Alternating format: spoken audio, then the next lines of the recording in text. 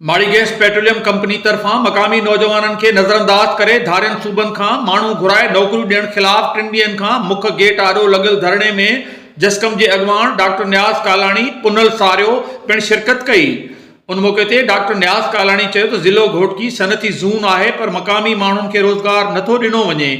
सनती इदारनि में धारिया घुराए भर्ती कया वञनि था जेका हितां जे माण्हुनि सां वॾी नाइंसाफ़ी आहे।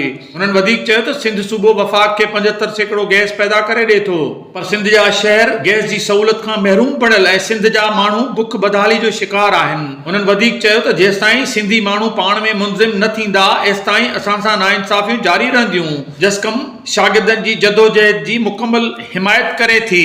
डॉक्टर न्याज़ कालाणी वधीक चयो त माड़ी गैस जी ज़ियादतियुनि जी मज़म्मत कयूं था। धरणो हणी वेठल नौजवाननि पारां जेको बि गॾियल तौर ते फ़ैसिलो हूंदो असां साणनि गॾु आहियूं।